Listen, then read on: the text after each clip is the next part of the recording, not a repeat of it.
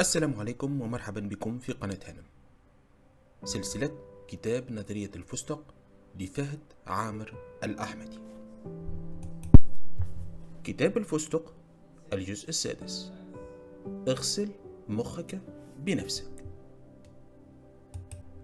يرى المؤلف في كتاب الفستق أو في كتاب نظرية الفستق أنه يجب على المرء أن يقوم بغسل مخه ولا ينجرف وراء الإيحاءات المحيطة به في كل حين، فالغالبية العظمى من المعرفة الإنسانية يتم اكتسابها عن طريق الإيحاء الخارجي، سواء كانت عن طريق الأهل والأصدقاء أم عن طريق غيرهم من المحيطين، وعادة ما يمتص العقل اللاواعي الإرشادات بسهولة كبيرة.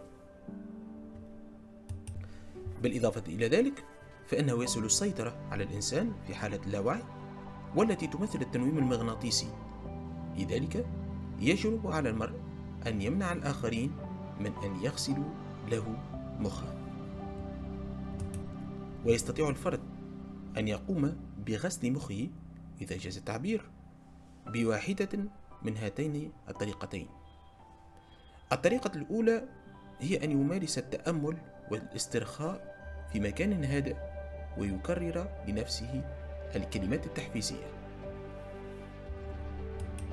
أما الطريقة الثانية والتي يجب تكرارها باستمرار فهي أن يقف أمام مرآته لبعض الوقت كل يوم إذا لزم الأمر ويتحدث مع نفسه.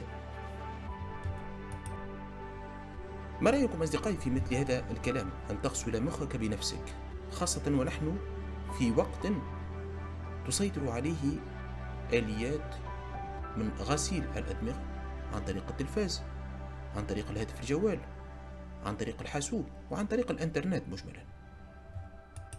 حتى الطفل في يومنا هذا يتعرض إلى غسيل الأدمغة من خلال الحاسوب، من خلال الهاتف الجوال، وحتى من خلال الصور المتحركة التي يتم عرضها في التلفاز يوميا دون أن يتم الرجوع إلى مصدرها.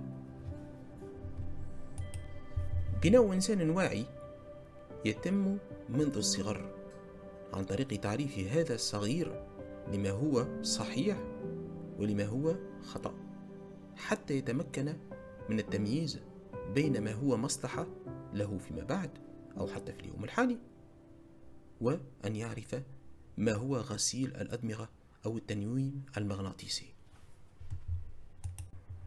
أرجو أن تكون الفكرة قد وصلت، ولا تترددوا إخوتي في إعطاء آرائكم في التعليقات.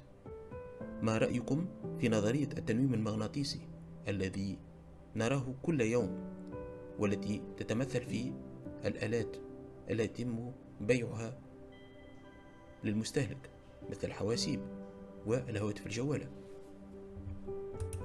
كيف يمكن للشخص أن يقوم فعلا بغسل دماغه من هذه الأمور التي قد تسيطر عليه في وقت من الأوقات ويصبح لديها تأثير سلبي على نمط حياته؟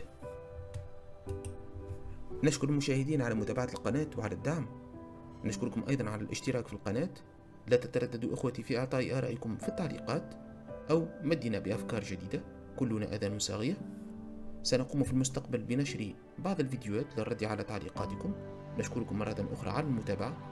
نلتقي في الجزء القادم من سلسلة نظرية الفستق تحت عنوان ماذا تفعل في 3 دقائق، يتبع إن شاء الله. السلام عليكم.